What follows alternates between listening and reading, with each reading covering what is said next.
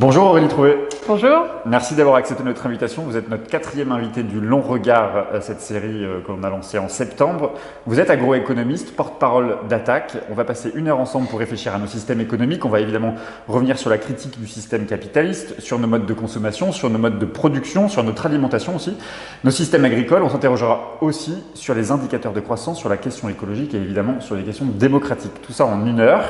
D'abord, j'ai une première question, Aurélie Trouvé. Attaque a été créée en 1998 avec cette idée, la justice fiscale, la justice sociale et la justice écologique et contestation aussi du pouvoir pris par la finance sur les peuples et la nature. Alors l'une de vos mesures principales, en tout cas l'une de vos mesures fondatrices, c'était la mise en place de la taxe Tobin, taxe sur les transactions monétaires et financières. C'est toujours une priorité pour vous, 20 ans plus tard ? C'est toujours d'actualité même? C'est toujours d'actualité, quoi, évidemment, mais c'est vrai qu'on a élargi énormément nos combats, voilà, et ce qu'on porte en termes d'alternatives. On dit toujours, voilà, il faut se combattre l'hégémonie de la finance et des multinationales. La taxe sur les transactions financières, ça a été peut-être l'outil qu'on demandait, pour notamment dégonfler la sphère financière, mais ça va bien au-delà, et notamment on se bat surtout aujourd'hui contre l'évasion fiscale, puisque c'est aussi le lien avec les services publics et tout ça, parce que l'évasion fiscale, c'est la perte de 60 ou 80 milliards d'euros pour les recettes publiques en France, mises dans la poche essentiellement quand même des plus riches et des multinationales, et ça pourrait permettre, ces 60-80 milliards d'euros quand même de financer beaucoup de services publics, de fonctionnaires, et de restaurer la qualité des services publics et de faire de la transition écologique par exemple, parce qu'on en a un grand besoin, quoi, voilà. Juste encore un mot sur cette taxe Tobin, parce qu'elle avait pris justement dans l'opinion au moment où vous l'aviez lancée. C'est vrai que c'était une idée forte, comme il y en avait peu eu depuis très longtemps. Et pourtant, elle a été déjà mise en place en Suède en 84. Elle était fixée à 0,5%, mais abandonnée dans les années 90 parce qu'il y a eu un effondrement de la bourse à 50%. Est-ce que c'est aussi une sorte d'échec finalement aussi de cette mesure quand elle a été mise en place en Suède? Quel est le bilan que vous en tirez? De quoi? De cette expérience en Suède? Non, nous on pense, d'abord c'est pas exactement celle qu'on propose, puis on propose une assiette très large. Par ailleurs, il faut bien voir que ça a quand même largement avancé. À l'époque où on le proposait, on était les révolutionnaires gauchistes. Aujourd'hui, ça a été quand même... voilà, on a mené une bataille idéologique, et en tout cas sur le plan idéologique, on a largement avancé. Il y a eu une proposition de la Commission européenne, voilà, qui est quand même intéressante, même si selon nous elle n'est pas assez loin. Il y a eu un projet de coopération renforcée, Allemagne, France et quelques autres pays, notamment sous Hollande, même si par ailleurs Hollande a dérégulé les marchés, voilà, mais n'empêche qu'il y avait ça dans les cartons. Et vous savez que quand Emmanuel Macron est arrivé au pouvoir, une des premières choses qu'il a faites, en utilisant le prétexte du Brexit et le fait qu'il fallait pas faire peur aux financiers, à ses grands amis les financiers, une des premières choses qu'il a faites, c'est d'enterrer ce projet de coopération renforcée pour appliquer une taxe sur les transactions à l'échelle de quelques pays européens. Donc ce dossier, il avance. Nous, on demande une assiette très large. Et ce qui est important, c'est qu'on dit que ça peut dégager des fonds, évidemment, pour transition écologique, lutte contre la pauvreté, etc. Mais surtout, ce qu'on dit, le premier rôle de ça, c'est de dégonfler la sphère financière, quoi. C'est le plus important. Mais alors, est-ce que vous n'avez pas peur en fait de ce qui s'est passé en fait en Suède, c'est-à-dire qu'il y a une migration en fait de l'activité financière d'une place qui était Stockholm à une autre qui était, je pense, à Francfort ou à Londres, et parce qu'en fait il parlait dans les papiers sur ces années en Suède, il disait que en fait ils avaient prévu 1,5 milliard de rentrées fiscales sans la taxe, et que avec la nouvelle taxe ils ont finalement eu que 50 millions de rentrées fiscales. Donc en fait ça fait une baisse énorme à cause de la baisse de l'activité financière. Je connais très mal ce dossier sur la Suède. Ce qui est certain, c'est que mais la question de la migration. La question de la migration, nous techniquement, et même énormément d'économistes vraiment spécialistes de la finance savent que techniquement c'est absolument faisable sans une énorme fuite des capitaux, avec des mesures fortes quand même, c'est vrai, sur le marché des capitaux, mais c'est techniquement tout à fait faisable sans qu'il y ait une fuite, et ça c'est vraiment un argument fallacieux, et la preuve c'est que ça a été même aujourd'hui, ça a été proposé par la Commission, ça a été, voilà, le dossier a avancé, et voilà, je veux dire, dans le monde économique aujourd'hui il y a quand même cette idée que non, il n'y aurait pas une grande fuite, voilà, mais c'est vrai qu'il faut que ce soit mis en œuvre à un échelon suffisamment important. C'est pour ça que ce projet de coopération renforcée était très important, et que c'est une des premières choses qu'a fait Macron, d'enterrer ce projet, a été quand même symboliquement, pas que symboliquement, ça a été très fort, ça fait partie de sa grande politique néolibérale, hein, ça a été une des mesures fortes quand même. Et le fait que le Royaume-Uni soit en passe de sortir de l'Union européenne, c'était quand même un des principaux bloquants en fait de la mise en place de cette taxe Tobin. Est-ce qu'on peut imaginer que ça puisse faire avancer? Le problème, c'est que Macron, il a fait l'inverse. Il a utilisé le fait qu'il y ait le Brexit pour dire attention, il faut pas, il faut qu'on récupère les actifs financiers, il faut qu'on soit, attirant pour les financiers. Vu le Brexit, il faut qu'on les attire, qu'on les chope, puisque la place de Londres pourrait être moins intéressante. Donc au contraire, il s'est saisi de ça pour enterrer. Non, mais ça signifie une chose, hein, ça signifie surtout que c'est une question de volonté politique. Et évidemment, quand on a un président de la République qui est ultra-libéral comme les Macron, on n'est pas prêt de voir une taxe sur les transactions financières portée à l'échelle nationale, ce serait tout à fait possible quand même, et encore moins portée à une échelle européenne, quoi. On va rentrer dans le cœur du sujet de la machine économique mondiale. On va parler de capitalisme. Alors on l'a entendu récemment, même on peut remonter à Nicolas Sarkozy, aujourd'hui Bruno Le Maire, en passant par François Hollande ou Emmanuel Macron. Tout le monde veut remettre en cause le capitalisme. Ça veut dire quoi pour vous, remettre en cause le capitalisme, en tout cas rompre avec le capitalisme? Alors, c'est une grande question. Je pense que la première chose, c'est la socialisation des richesses. C'est-à-dire cette idée que on remet en cause, on remet en cause, finalement, on restreint la sphère de l'économie marchande et de la propriété privée pour socialiser les richesses. Ça veut dire pas seulement étatiser, renforcer les politiques publiques, avoir plus de dépenses publiques, etc. Ou avoir plus de régulation de marché, ce qui est un peu ce qu'on pense classiquement, mais c'est aussi renforcer le secteur associatif, coopératif, ce qu'on appelle les biens communs aussi, faire en sorte que ce qui est partagé, y compris librement, soit renforcé. Et ça veut dire aussi donner les moyens aux collectivités locales. Et dans les entreprises aussi, hein, ça veut dire changer beaucoup de choses dans les entreprises, notamment donner beaucoup plus de marge de manœuvre aux salariés, que les salariés deviennent majoritaires dans les conseils d'administration des entreprises. Donc ça veut dire voilà, tout un tas de bouleversements qui seraient de fait une remise en cause, en tout cas profonde, en tout cas une grosse entaille dans le système capitaliste. Mais c'est vrai qu'aujourd'hui, pour moi, quand on parle de néolibéralisme économique, hein, voilà, c'est en fait une forme du capitalisme, hein, la forme qu'a pris aujourd'hui le capitalisme.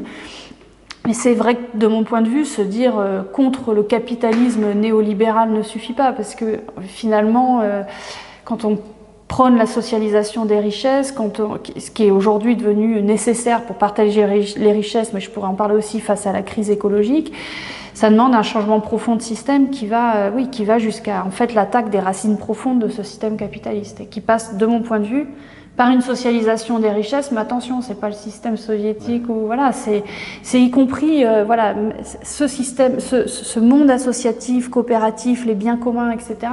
Et ne pas opposer les deux, parce que voilà, vous avez les adeptes du système étatique, public, il faut de la planification étatique, etc. Puis vous avez les adeptes des biens communs, des collectivités locales, de la décentralisation, etc. Je pense que les deux peuvent se rejoindre autour de cette idée de la socialisation. Les crises que l'on vit aujourd'hui, je pense au chômage, je pense aux inégalités, elles sont consubstantielles justement à la question capitalistique, elles sont liées au capitalisme. Bien sûr, parce que je le reprends souvent, mais c'est un grand agronome, René Dumont, qui disait cela, qui disait le système capitaliste, enfin, ce système actuel, c'est une exploitation à la fois du travail et du vivant. Et donc ce système capitaliste, plus il progresse, et dans sa forme néolibérale, c'est une forme d'adaptation à la période actuelle, hein, c'est une forme d'exploitation accélérée du travail et du vivant, hein, des ressources naturelles. Donc plus il progresse, plus il exploite ça, et plus évidemment les inégalités se creusent entre ceux qui ont les richesses, le capital en fait, ceux qui possèdent le capital, et les autres, et même chez les autres, il y a cette volonté de diviser, donc on augmente aussi les inégalités de revenus, y compris au sein des travailleurs, on précarise toute une partie, enfin voilà. Et après, je pense que aujourd'hui, on est arrivé effectivement à des limites, en tout cas des tensions, et on arrive même aux limites physiques de la planète. Et de mon point de vue, là, l'impasse, je veux dire, pour moi, là, le système capitaliste arrive à ses limites, dans le sens où on est aux limites physiques de la planète, quoi. Et je pense que la dimension écologique devient essentielle de mon point de vue. Elle l'était déjà, mais elle devient d'autant plus essentielle aujourd'hui pour combattre ce système capitaliste, hein, parce que... Ouais. Alors, vous avez énuméré quelques-unes des crises qui sont consécutives ou consubstantielles du capitalisme, mais dans un système non capitaliste, tel qu'on pourrait l'envisager, ou tel que vous venez de le présenter exactement, à quel type de crise est-ce qu'on pourrait faire face? Ce serait quoi les nouvelles? Est-ce qu'il y aurait des nouvelles crises? À quel type de crise on pourrait faire face? Ouais. Je pense à la fois à la crise sociale et écologique. Mais elle serait toujours là, parce que si on met en place un système non capitaliste, là on voit bien qu'il y a des problèmes de crise financière. Vous avez raison, c'est pas parce que, d'ailleurs on l'a vu avec le système soviétique, hein, je veux dire, vous avez raison, ça c'est très important, c'est-à-dire que on ne peut pas se dire seulement anti-néolibéral ou anti-capitaliste, il faut se dire aussi anti-productiviste. Et ça c'est important parce qu'il y a, je pense, toute une partie de la gauche, encore, malheureusement, de moins en moins peut-être, mais il y a toute une partie de la dite gauche en tout cas, qui, à mon avis, n'a pas embrassé suffisamment la question écologique et n'en fait pas une question essentielle. C'est-à-dire que ce n'est pas seulement une question annexe, ce n'est pas seulement un supplément d'âme. La question écologique, elle est centrale. C'est-à-dire que si on veut repenser la société, on est obligé de la prendre en compte parce qu'elle va nous obliger à changer profondément nos façons de produire et de consommer, quoi. Et donc se dire anticapitaliste ou anti-néolibéral n'est absolument pas suffisant parce qu'on peut être productiviste et communiste, on peut être productif, enfin vous voyez, et donc c'est l'idée qu'il faut restreindre, c'est une des idées, mais qu'il faut diminuer drastiquement la consommation, je dis bien à une échelle nationale et internationale, matériel et énergétique. Je dis bien une échelle nationale et internationale parce que oui, évidemment, il y a aujourd'hui des classes sociales complètement défavorisées qui sont en précarité énergétique, par exemple. Donc, il ne s'agit pas que tout le monde diminue sa consommation énergétique et matérielle. Il s'agit que ceux qui consomment le plus aujourd'hui consomment beaucoup moins demain.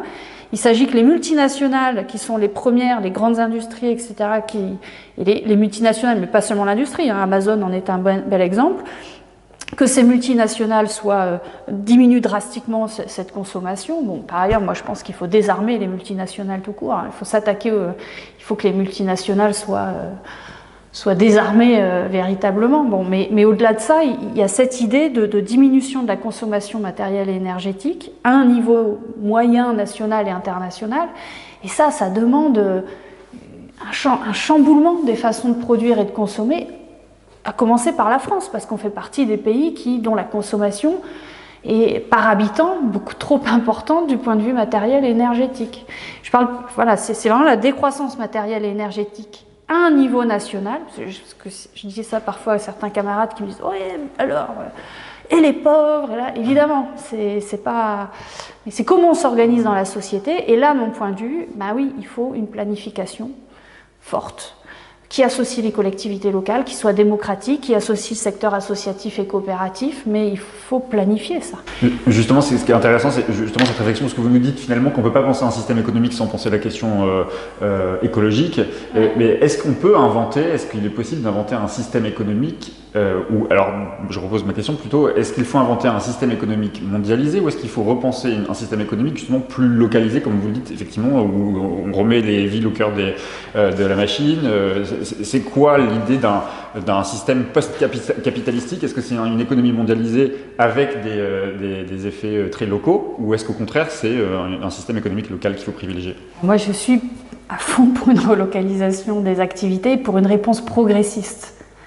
C'est très important parce que je pense qu'il y a le danger aussi d'une récupération de ça par l'extrême droite. Parce que je pense qu'il y a aujourd'hui un besoin qui s'exprime de proximité, de territoire, de racines. Et y compris, moi la première, j'ai habité dans X villes, etc. C'est pas le problème, je pense que les gens ont besoin de proximité. Même si on peut se balader au bout du monde, habiter dans plein de villes et plein de pays, il y a ce besoin de proximité. D'abord parce que, effectivement, de toute manière, du point de vue écologique, il faudra bien réduire les transports de marchandises, etc. Mais aussi, je pense, parce que la seule façon de comprendre comment sont produits nos aliments, ce qu'on consomme, c'est d'être plus proche aussi de ces lieux de production et de transformation. C'est aussi pour moi une des raisons de la relocalisation des activités. Seulement voilà, moi je suis pour la régulation forte des échanges des biens et des services et pour la libre circulation des personnes. Voilà. Et plus que ça même pour la libre installation des personnes, pour être clair. Et c'est l'inverse, si vous voulez, de ce qui peut être prôné par un Trump, qui est finalement quand même au fond et pour une dérégulation des marchés financiers et pour voilà. Et c'est presque l'inverse de ce qui même d'un Macron, etc. C'est-à-dire du néolibéralisme économique actuel, c'est libre circulation des biens et des services au profit des multinationales et non libre circulation des personnes. Mais c'est presque l'inverse qu'il faudrait. Libre circulation des personnes, libre circulation des connaissances, ça c'est très important, mais régulation forte des échanges de biens et de services, très forte même, pour pouvoir relocaliser les activités. Et je pense que là, à gauche, on a vraiment besoin de travailler une réponse progressiste à ça, avec ce danger de récupération, je le dis. Donc là, il y a tout un programme, je trouve, il y a toute une réflexion à pousser autour de ça. C'est quoi le rôle des États justement dans ce système économique? Parce qu'on sait très bien que le monde capitaliste aujourd'hui déteste ce qu'on peut appeler, ou en tout cas ressort toujours l'argument de la dette, parce que j'imagine que dans l'économie que vous proposez, c'est une économie où l'État peut-être, ou les collectivités, je ne sais pas, investit beaucoup d'argent. Quelle place vous faites justement à la question de la dette dans ce système économique, dans ce modèle économique? Alors, pour moi, je ne suis pas de ceux qui pensent qu'on peut faire exploser la dette. Par ailleurs, je pense que toute dette n'est pas bonne. Ça dépend ce qu'on fait des dépenses publiques. Mais aujourd'hui, le problème principal de la dette, ce n'est pas les dépenses publiques, c'est les recettes. Quand vous regardez la part des recettes et la part des dépenses dans la richesse, dans le PIB, depuis 20 ans, je veux dire, ce qui a vraiment changé, c'est la part des recettes dans les richesses. Elle s'est restreinte énormément, alors que les dépenses sont quasiment restées, ont stagné, la part des dépenses dans les richesses. Donc le problème aujourd'hui, c'est ce qui rentre dans les caisses de l'État, c'est de moins en moins important, alors qu'en fait les dépenses sont quasiment pas changées, si vous voulez. Donc c'est le problème des recettes. Pourquoi ? Parce qu'il y a des cadeaux fiscaux de plus en plus, Macron vient d'en faire, d'immenses cadeaux fiscaux aux plus riches. Ah oui, c'est quand même des milliards et des milliards de pertes chaque année. Donc moi je pense que, c'est déjà, si on pense que la dette est un problème, déjà on s'attaque à la question des recettes. Et donc à l'évasion fiscale, et donc la mise en place d'une taxe sur les transactions financières, et donc on enlève les niches fiscales pour tout ce qui est notamment délétère sur le plan écologique, parce qu'il y a des niches fiscales qui sont clairement vis-à-vis d'activités polluantes, etc. Déjà là on restaurera un peu le budget. Voilà. Une fois dit ça, je pense quand même que la dette publique, c'est pas une ponction sur les générations suivantes. Je prends le cas de la transition écologique. On a aujourd'hui le besoin d'une énorme impulsion publique en termes de dépenses. On a fait tout un travail avec des organisations syndicales et associatives pour montrer qu'on pouvait créer 1 million d'emplois, on devrait créer 1 million d'emplois pour le climat dans la sphère publique, mais aussi dans la sphère privée, associative, etc., sous impulsion de la puissance publique. Ça demande effectivement un certain nombre de moyens financiers, mais qu'on pourrait tout à fait aller chercher à travers des recettes qui ont, une lutte efficace contre l'évasion fiscale, une taxe sur les transactions financières, etc. Et c'est le pendant d'ailleurs d'une campagne qui a été faite au Royaume-Uni, 1 Million Climate Jobs, qu'on a reprise en France. Et je crois que cette campagne, elle est vraiment intéressante parce qu'elle fait le lien entre l'emploi de qualité, parce qu'on dit qu'il ne faut pas créer non plus des emplois ultra précaires, donc création d'emplois de qualité pour la transition écologique, et pour par ailleurs un certain nombre de besoins sociaux de base à l'hôpital, dans les crèches, etc. Mais sur la question écologique en particulier, donc création forte d'emplois, donc ça demande un certain nombre de dépenses publiques qui pourront être faites parce qu'on augmente les recettes, mais aussi peut-être parce qu'effectivement on accepte de creuser un peu la dette, parce que c'est un investissement pour les générations suivantes. Toute dette n'est pas mauvaise pour les générations suivantes, ça dépend de quoi est constituée la dette en fait. Alors, il y a un mot que vous n'avez pas encore utilisé, c'est le mot de croissance. Alors pourtant, il y a quand même toute une partie du champ politique et même du champ des experts, entre guillemets, qui a les yeux rivés sur cette notion de croissance. Alors il faudrait toujours plus de croissance, il faudrait toujours plus d'emplois, il faudrait toujours plus de richesse. Alors c'est lié à la notion de productivisme dont vous avez parlé tout à l'heure.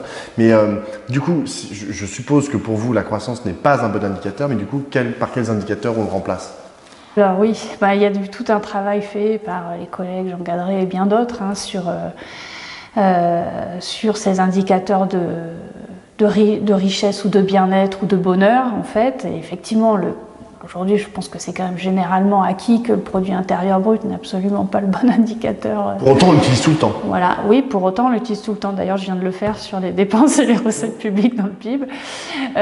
Oui, bon, voilà, mais c'est effectivement un indicateur comme un autre. Mais quand on parle de bien-être, de bonheur, etc., là, je pense que maintenant, y compris au niveau des Nations Unies, c'est clair que c'est pas le bon indicateur du tout. Bon, donc oui, enfin moi ce que je pense c'est que la croissance économique au sens de la croissance du PIB, hein, c'est comme ça qu'on l'entend en économie, c'est pas un but en soi. Mais pour moi la décroissance économique comme la croissance économique, ni l'un ni l'autre ne sont un but en soi. Par contre, il faut un objectif de décroissance matérielle et énergétique à un niveau national au moins français, ça c'est sûr.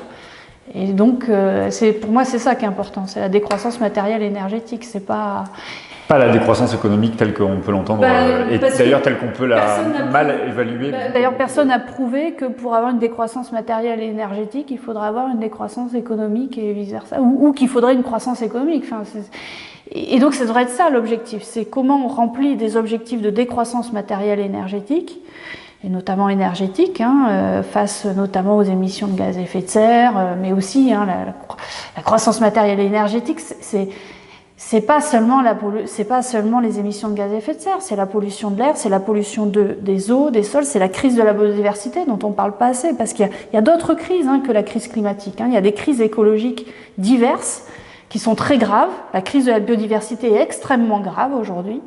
Et comment on répond à ça? Oui, par cette décroissance matérielle et énergétique et par tout un tas de transformations de nos manières de produire et de consommer dans chaque secteur économique. Qui décide de ça justement? Qui a la puissance pour décider de qu'est-ce qu'on doit consommer, qu'est-ce qu'on doit produire, comment produire, comment qui consommer? devrait le faire? C'est là que je pense que oui, l'État devrait le faire, mais en lien et de manière très démocratique, en lien avec les collectivités locales, en lien avec les organisations citoyennes, avec tout un tas d'acteurs, y compris économiques. Voilà, mais oui, je pense qu'aujourd'hui, ça devrait être impulsé, en tout cas, par l'État, mais je vous dis de manière démocratique, quoi. Mais moi, je pense on doit restaurer une forme de planification démocratique, comme on a eu en France le commissariat général au plan, qui n'existe plus aujourd'hui. Voilà, et on doit restaurer cette capacité face à la crise écologique. Ça, pour moi, c'est certain. Ouais. Et d'ailleurs, c'est l'idée aux États-Unis, avec toute l'idée autour du Green New Deal, il y a cette idée effectivement de planification qui est importante. Alors, on raconte tout ça, mais je suppose que tous les trois, on a un téléphone portable, un iPhone, un Samsung, on a des habits qui ne sont pas forcément confectionnés ou produites en France. Du coup, comment on fait pour convaincre les gens, mais même pour nous convaincre nous-mêmes qu'on ne doit plus acheter tout ça, qu'on ne doit plus consommer tout ça? Je vais vous prendre le domaine que je connais mieux, qui est le domaine de l'alimentation et de l'agriculture. Bon, évidemment, l'argument, il est comment on fait pour manger tous bio, toutes et tous bio, sachant le prix des produits, parce que, alors certes, si on mange moins transformé, si on mange moins carné, si on a une autre forme d'élevage avec un prix de la viande et du lait plus cher, mais produit dans des formes d'élevage beaucoup plus herbagées, respectant l'environnement, c'est sûr déjà que ça coûtera moins cher. Mais tout ça demande quand même...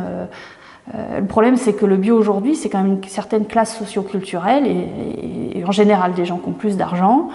Moi, vous voyez, j'habite à Montreuil, les magasins bio, ils sont tous dans le bas Montreuil. Dans le haut Montreuil, les cités, il y a aucun magasin bio. Bon, comment on rend accessible ce type de consommation? Et c'est là que je pense il faut élargir la question, c'est-à-dire qu'il faut donner le pouvoir d'achat aux classes moyennes, aux classes précaires, pour qu'elles puissent se permettre par ailleurs d'acheter des produits qui ont été produits justement dans des conditions, je dirais, écologiquement et socialement ambitieuses.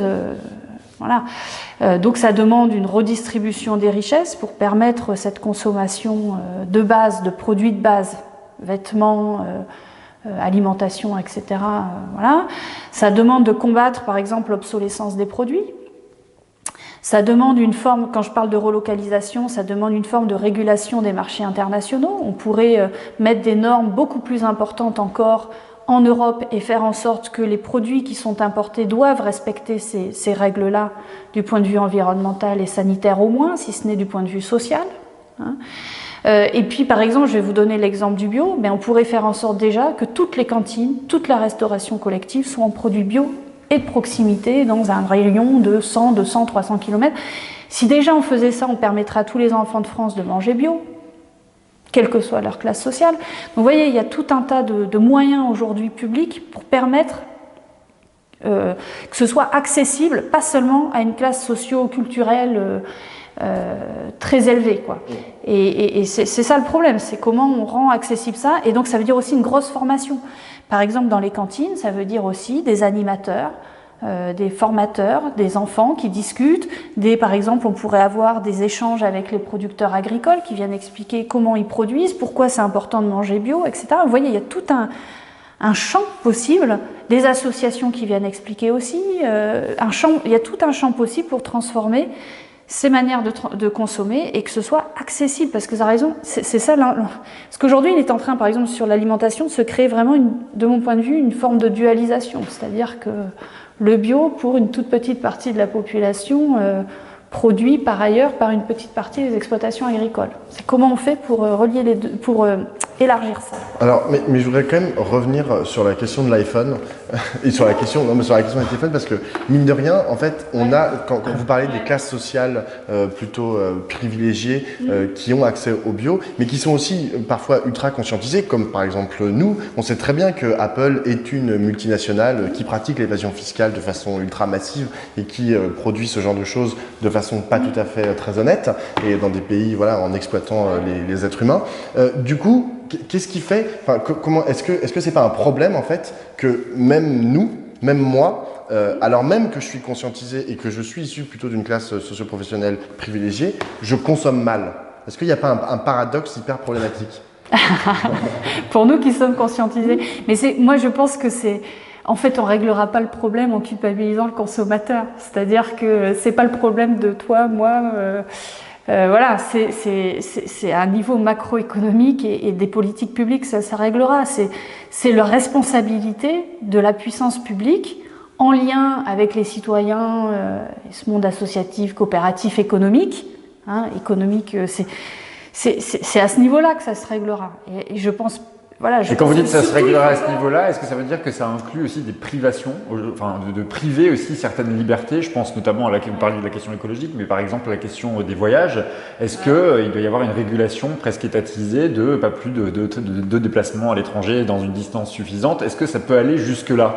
Non, mais je pense que si par ailleurs on mettait des taxes sur, on arrêtait de détaxer ou de donner, enfin, si on rendait beaucoup plus cher le transport aérien, déjà ça réglerait le problème. Alors, vous allez me dire oui, mais alors c'est les pauvres qui pourront plus prendre l'avion. Mais par ailleurs, ça demande en parallèle. C'est pour ça que je vous dis, c'est forcément un niveau systémique. Ça veut dire que par ailleurs, il y a un très fort partage des richesses. Moi, je suis pour un impôt sur le revenu avec une dernière tranche à 90%. Je suis pour un plafonnement des revenus, ne serait-ce que avec des revenus qui n'aillent pas de plus de 1 à 20 dans des entreprises. Bon, et encore 1 à 20, je pense même beaucoup moins que ça. Bon, donc voilà, c'est toute une redistribution, tout un partage des richesses qui aille aussi avec ce type de taxes ou de renchérissement des prix de ce qui est le plus polluant. Mais ça veut dire aussi par ailleurs que, enfin, je vais reparler de l'écologie, hein, je pense que la première mesure sur l'écologie, c'est pas des taxes carbone ou des taxes qui soient sur les individus et leur consommation, c'est déjà de s'attaquer aux multinationales. Si déjà on faisait en sorte de vraiment taxer les plus gros pollueurs, ça changerait, ça donnerait d'abord beaucoup de recettes publiques. Ça permet, et par ailleurs, voilà, vous avez raison, c'est comment on ne rend pas punitif la transition écologique. Eh bien, par exemple, ça veut dire que on fait en sorte d'avoir des transports en commun gratuits, de qualité, le bus, le train, que les lignes de train toutes les lignes de train secondaires soient restaurées. Ça veut dire que dans tous les villages, on restaure les bureaux de poste, on fasse en sorte d'avoir des hôpitaux de proximité. Vous voyez, c'est le commerce de proximité de le restaurer. Ça veut dire tout un ensemble de mesures qui fassent qu'effectivement cette écologie ne soit pas punitive. Et voilà, je pense que les gilets jaunes, quand ils se sont soulevés contre la taxe carbone et ce qui allait faire augmenter la taxe sur le carburant, bah oui, c'était punitif. Et oui, ils se sont révoltés, et c'était aussi une révolte sociale parce que ça s'en prenait d'abord à des classes moyennes et populaires qui n'ont pas les moyens de payer plus cher leur carburant, mais parce qu'ils n'ont pas d'alternative que de prendre la bagnole. On leur a enlevé leur bureau de poste de proximité, on les oblige à aller bosser à 1 heure de chez eux, on n'a plus de lignes secondaires, de trains, etc. Donc évidemment que quand on augmente le prix du carburant, ça apparaît comme une mesure complètement antisociale, et ils ont tout à fait raison. C'est pour ça qu'effectivement, vous avez raison, c'est très important, c'est comment on ne rend pas punitif, mais au contraire comment la puissance publique accompagne et fasse en sorte que la transition écologique ne renforce pas les inégalités, mais au contraire diminue ces inégalités sociales. Est-ce que ça veut dire aussi, je suppose que j'ai ma réponse, mais j'y vais aller plus loin dans ma question, qu'on rompt avec les traités de libre-échange, et est-ce qu'on va jusqu'à arrêter vous disiez tout à l'heure qu'il faut un partage des savoirs et des connaissances. Est-ce que ça va jusqu'à rompre aussi avec l'idée qu'on va exporter notre vignoble à l'étranger, on arrête d'importer du café du Guatemala? Est-ce que ça participe de tout ça aussi? Il ne s'agit pas d'être autarcique, parce qu'on aura toujours envie de manger je sais pas, des bananes, voilà. Mais il s'agit par contre effectivement de réguler très fortement pour que déjà on reconsomme beaucoup plus ce qu'on peut produire chez nous, voilà, dans des conditions écologiques et sociales ambitieuses, voilà, et ça c'est complètement antinomique avec les accords de libre-échange, quoi.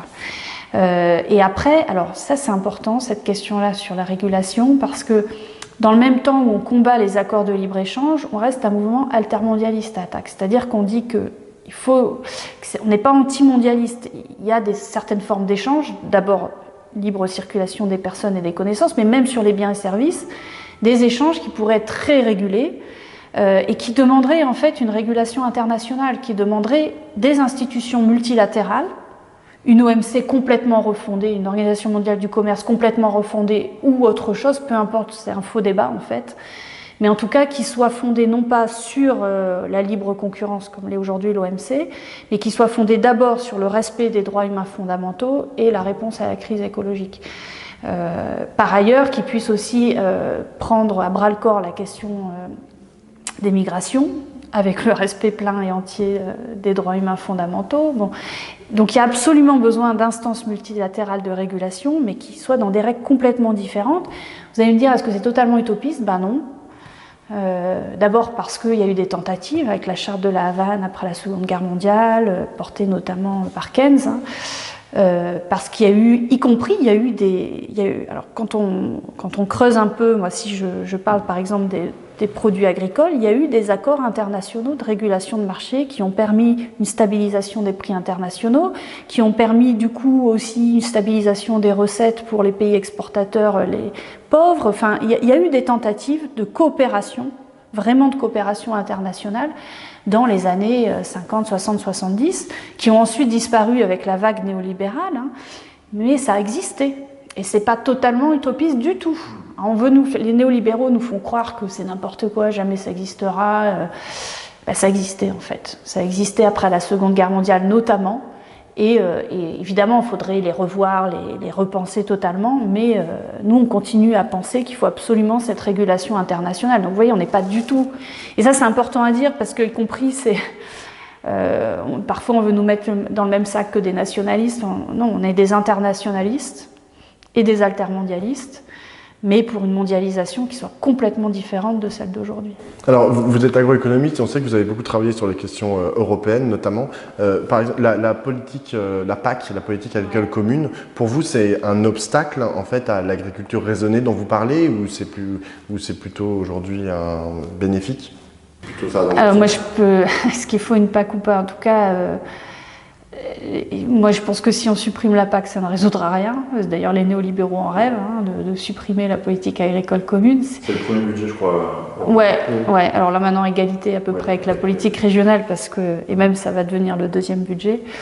En fait, cette politique agricole commune, malheureusement, a été voilà, transformé complètement dans les années 90, parce que quand on est rentré dans l'Europe néolibérale, évidemment, la politique agricole commune, qui était une politique très forte d'intégration européenne, plus une politique très forte de régulation de marché, je veux dire, c'était l'hérésie totale, quoi. Donc, évidemment, elle a été attaquée fortement à partir des années 90 pour devenir une politique agricole concurrentielle, en gros. Hein. Et d'ailleurs, elle est de plus en plus renationalisée. Bon. Et le problème aujourd'hui, c'est que c'est un ensemble d'aides, c'est plusieurs dizaines de milliards d'euros par an en Europe et 10 milliards en France. C'est un ensemble d'aides qui n'ont plus de légitimité, ni sociale, ni environnementale, ni économique, ou quasiment plus de légitimité, et donc qui est attaqué progressivement. En même temps, si on enlevait la PAC, les agriculteurs, la plupart tiendraient pas, hein, parce qu'en fait, la plupart de leurs revenus, c'est des aides agricoles. Donc, c'est pas non plus une solution, voilà. Mais il faut la refonder totalement, et le problème, c'est que pour refonder la PAC, il faut refonder l'Union européenne, quoi. Donc, en fait, quand vous voulez refonder la PAC, tous ceux qui vous disent qu'on est pour une autre PAC, refondée du point de vue de la transition écologique et sociale et pour réguler les marchés, forcément, vous êtes pour une remise en cause de l'Europe néolibérale, quoi. Et ça va jusque-là, en fait. Donc c'est compliqué de parler de la PAC sans parler de l'Europe néolibérale, parce que c'est consubstantiel, en fait, ce que c'est devenu et ce qu'est devenu l'Europe néolibérale, quoi. Comment vous intégrez la question de l'évolution démographique justement à ce qu'on est en train d'évoquer depuis tout à l'heure, le système alternatif, altermondialiste, plus localisé. Comment la question démographique, qui devient une question quand même presque fondamentale aujourd'hui, on est 7 milliards d'habitants, on va être beaucoup plus d'ici 50 ans encore. Est-ce que c'est un problème? Est-ce que c'est pas un problème? Est-ce qu'il faut réguler là aussi? Comment vous l'anticipez? Comment vous l'appréhendez, cette problématique de la démographie? Je pense qu'il faut faire très attention aux prospectives, quoi, parce que tout dépend de la manière dont, on l'a vu dans les pays riches, en fait, la démographie a extrêmement diminué. Donc, voilà, ça dépendra aussi de la manière dont ça se passe dans les pays du Sud. Donc, pour moi, il faut faire très attention aux perspectives. Voilà. On sera je ne sais combien de milliards en plus dans 10 ans. Je pense qu'il faut faire très attention à ça. Et pour ma part, en tout cas, je ne suis absolument pas malthusienne, quoi. C'est-à-dire que je ne pense pas que c'est en réduisant la démographie ou en criant attention à la démographie qu'on résoudra quoi que ce soit. Mais ça pose aussi une question écologique, c'est-à-dire que déjà aujourd'hui, on voit bien qu'on a consommé tout ce que, au mois d'août ou au mois de septembre, on a consommé quasiment l'intégralité de ce la capacité de la nature, ou en tout cas de la planète Terre est en capacité d'absorber. La question démographique ne se pose pas à la question écologique? Est-ce que ça s'oppose à la... Je vous dis, pour moi, c'est pas la variable essentielle. Je ne sais pas comment répondre. Mais alors, pour autant, par exemple, si on prend le cas de la France, ouais, on est quand même 65 millions. Tout à l'heure, on parlait de la question agricole. Est-ce que l'image d'Épinal qu'on voit de l'agriculteur qui travaille avec ses mains, qui fait de la permaculture sans beaucoup d'intrants, etc., est-ce que c'est envisageable? Parce que c'est ce que disent les gens qui ne sont pas d'accord avec vous, ils vous disent non, mais on ne peut que faire de l'agriculture industrielle parce qu'on est 65 millions. Comment est-ce qu'on résout cette question-là? Est-ce que vraiment la permaculture, avec tout le monde qui travaille à la main, en fait, vous parlez de la permaculture qui est un extrême et de l'autre l'agriculture industrielle. Bon, entre les deux, il y a tout un tas de... Voilà. Ce qui est sûr aujourd'hui, c'est que en France, en tout cas, et en Europe, on n'a pas de problème de production vis-à-vis de la consommation. Hein, je veux dire... Voilà. Après, la question des pays du Sud, cette question est complètement, le débat est complètement faussé, parce qu'en fait, vous avez des paysans qui ont même pas, qui n'ont aucun moyen, qui ont un outil manuel pour la plupart des paysans du monde, en fait. Donc, il y a des marges extraordinaires de productivité du travail, mais pas en leur offrant des OGM ou que sais-je, quoi, mais ne serait-ce que d'offrir des moyens. Voilà, à ces pays-là, et déjà restaurer leur souveraineté alimentaire, c'est-à-dire leur capacité de décider leur propre politique agricole, et leur offrir les moyens aux classes paysannes les plus pauvres d'augmenter cette productivité du travail par un minimum moyens en outils, en attelage et en élevage, etc. Donc, et aujourd'hui, on sait que l'agroécologie peut en tout cas répondre, en partie en tout cas, à cet enjeu de sécurité alimentaire, quoi. Cette idée que c'est à l'Europe, aux pays les plus riches et les plus producteurs, d'assurer la sécurité alimentaire des pays du Sud, bon, ça a été largement remis en cause, y compris par les institutions internationales, quoi. C'est-à-dire qu'aujourd'hui, pour ces pays-là, il faut avant tout qu'eux-mêmes développent leur propre agriculture, voilà, et justement soient moins dépendants des exportations des pays du Nord. C'est ça l'enjeu essentiel.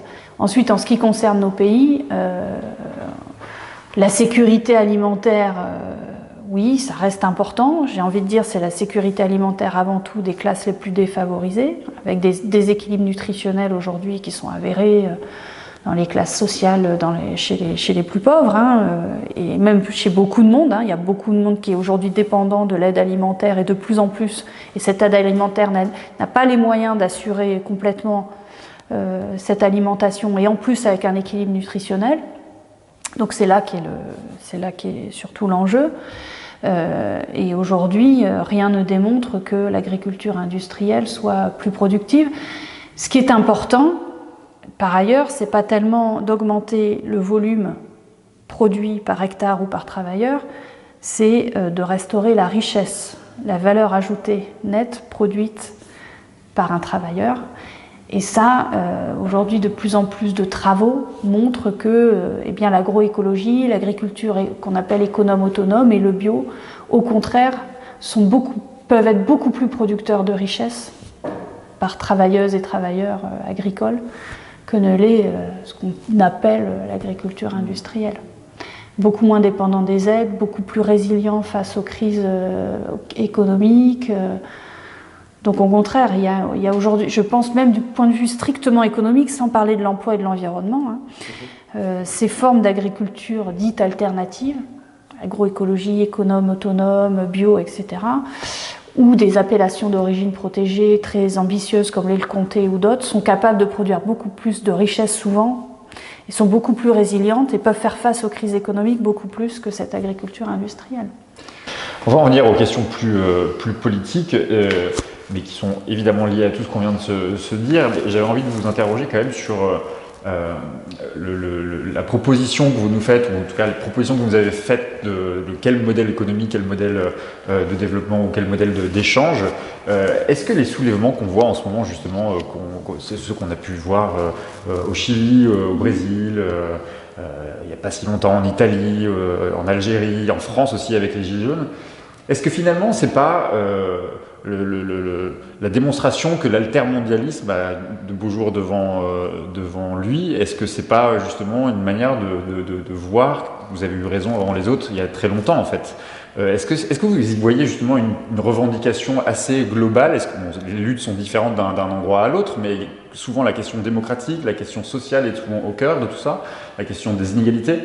Comment vous appréhendez justement l'ensemble de ces mouvements, soulèvements, je sais pas comment... Et nous-mêmes, on est aussi le fruit de mouvements sociaux, quoi, déjà. C'est-à-dire que le mouvement altermondialiste, c'est après 95 et les grèves de 95, et avec des mouvements sociaux très forts. Donc, quelque part, on est dans la continuité. Et puis, aujourd'hui, même le mouvement altermondialiste lui-même se renouvelle. Pour nous, oui, les Gilets jaunes, on a plein de militants d'attaque, des syndicats, etc., qui se sont retrouvés en fait dans les Gilets jaunes, quoi.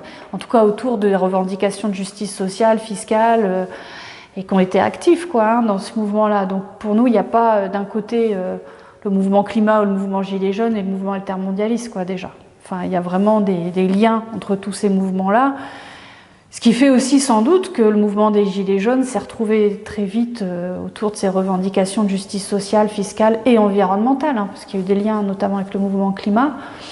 C'est parce que justement, je pense qu'on a réussi à se relier les uns aux autres, quoi. Enfin, et ça, c'est ce que vous nous dites, c'est sur le cas français, mais est-ce qu'il faut y voir une forme d'unité entre toutes les luttes et tous les soulèvements qu'on voit à Hong Kong, au Brésil? Le problème, je vais vous dire là, pour être franche, je pense que là, on a un problème quand même, parce que on a eu l'âge d'or, entre guillemets, du mouvement altermondialiste international, si vous voulez, avec les forums sociaux mondiaux, les forums sociaux européens.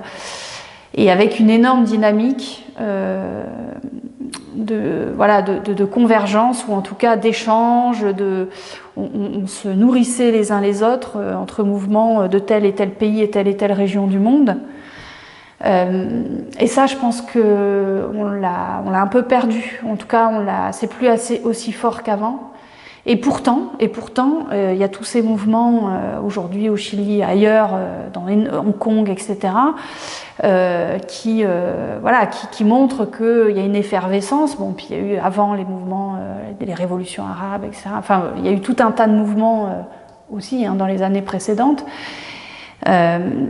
Et donc, je pense que là, c'est un enjeu pour nous.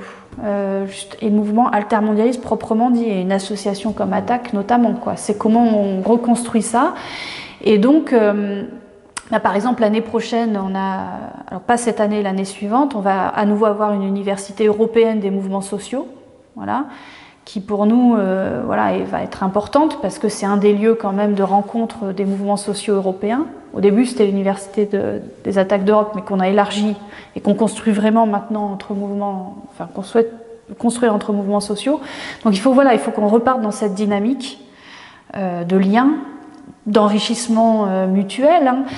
Voilà, par exemple, là, ce qui se passe, je vous parlais du Green New Deal, par exemple, qu'on se nourrisse aussi des débats qu'il peut y avoir, par exemple, de l'autre côté de l'Atlantique, qu'on se nourrisse de ce qui se passe au Chili, etc. Bon. Et aussi qu'il y ait des formes de solidarité. Parce que ça, c'est très important, quoi. Et donc, même si, par exemple, avec le Brésil, on a des mouvements, et avec d'autres mouvements dans le monde, il y a des mouvements de solidarité avec ce qui se passe ailleurs, je pense que oui, il faut qu'on le renforce. Il y a une question de crédibilité aussi vous en avez parlé au tout début de l'interview, la crédibilité de votre espace politique. Enfin, je dis espace parce que du coup, je parle de l'altermondialisme d'une manière générale, mais est-ce qu'il y a une forme de crédibilité qui n'est pas encore là aussi? C'est-à-dire que la proposition qui est la vôtre, l'alternative que vous proposez, elle n'est pas encore perceptible et voire on la juge, vous l'avez dit, les néolibéraux la jugent souvent irréaliste, comment ça pas crédible. Souvent on me dit mais vous êtes totalement utopiste. Oui. Mais ça c'est c'est une bataille du coup, j'imagine. Au tout début du mouvement alter, on se disait qu'on se battait contre le There is no alternative, le Tina de Thatcher, et c'est toujours vrai. C'est-à-dire qu'on se bat contre cette idée qu'il n'y a pas d'alternative, tout court, quoi. Et oui, c'est une bataille idéologique extrêmement importante. C'est pour ça que dans ATTAC, on a aussi un conseil scientifique, et que pour nous, la question idéologique, enfin la question des idées est très importante. On peut faire des actions de désobéissance civile, on peut faire du tractage ou que sais-je, mais pour nous, le socle idéologique, au sens positif du terme, ce socle idéologique, il est extrêmement important. Le travail d'expertise qu'on veut faire, là on veut mener tout un travail avec les organisations syndicales et associatives environnementales sur la question de la transformation écologique et sociale. Comment on fait ça? Comment on en débat dans les entreprises? Comment on veut le débattre au niveau local vraiment? Ça pour nous c'est extrêmement important, quoi. C'est d'irriguer au niveau des idées parce que oui, il y a aujourd'hui une bataille du point de vue des idées qui est essentielle, quoi. Ça, mais bon, je ne crois pas du tout à la fin de l'histoire, évidemment, sinon je ne serais pas militante.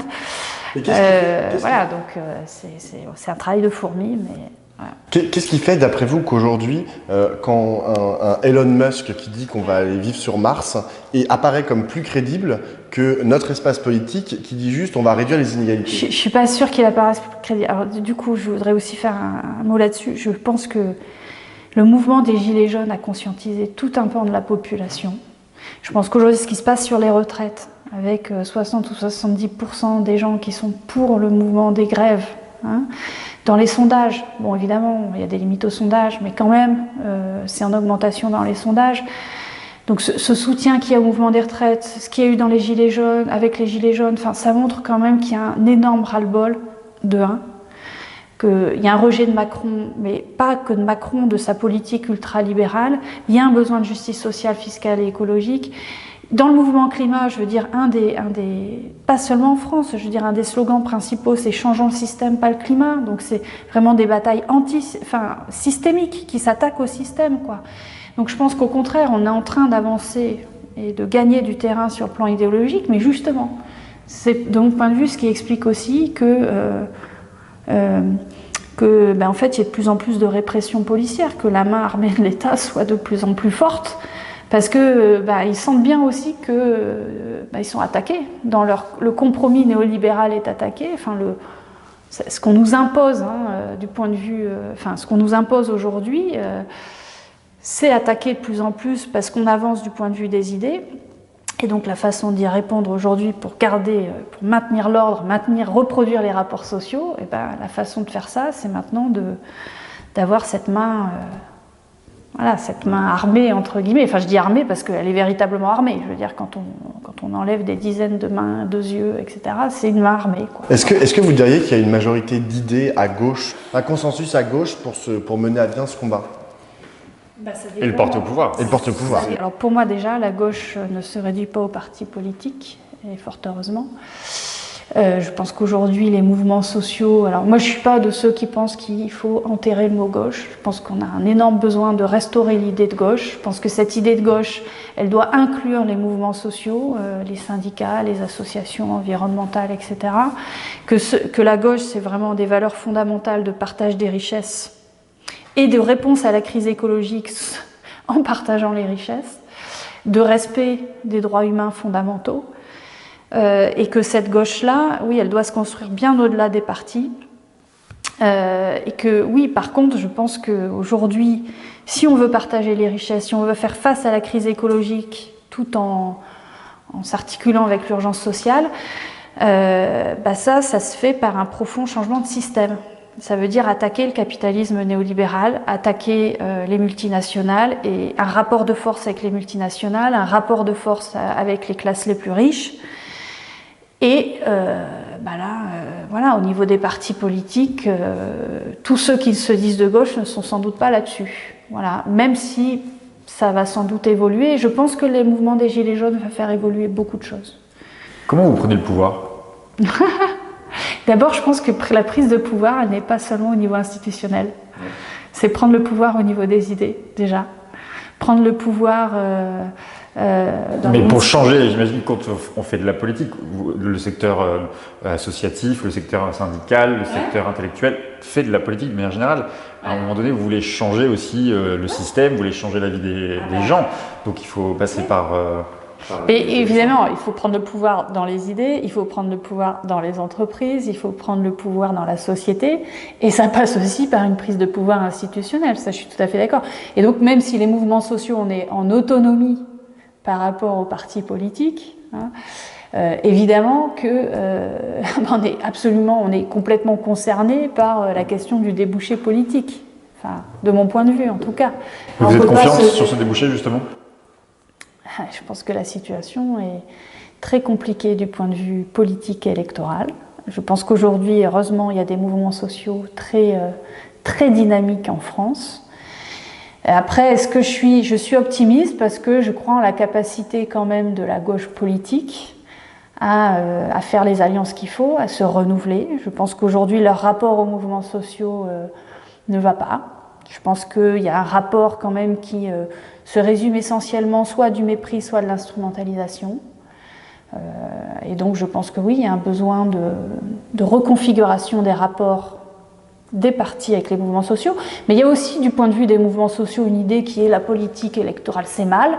Donc là aussi, il y a un besoin de comprendre qu'en fait, oui, il faudra peut-être un moment se dire que il y a aussi un besoin de changement de politique au niveau institutionnel, et que c'est pas seulement mal, quoi. C'est aussi, si on veut de la planification à l'échelle publique, en lien avec les associations, les coopératives, etc., y compris si on veut une autogestion beaucoup plus forte, il faudra des décisions politiques pour ce faire. Je dis ça y compris, pour ceux qui sont pour plus d'autogestion, etc. Ça passe par des décisions politiques pour impulser tout ça. Donc, de mon point de vue, on ne peut pas, y compris nous, côté mouvements sociaux, se désintéresser de la question politique institutionnelle. Mais voilà, je pense que du point de vue des politiques institutionnelles, de la politique électorale, il y a une forte évolution à opérer. Voilà. Il nous reste 5 minutes, Aurélie Trouvé. On va passer à la rubrique, on va appeler ça la rubrique. La rubrique préjugés. La rubrique préjugés.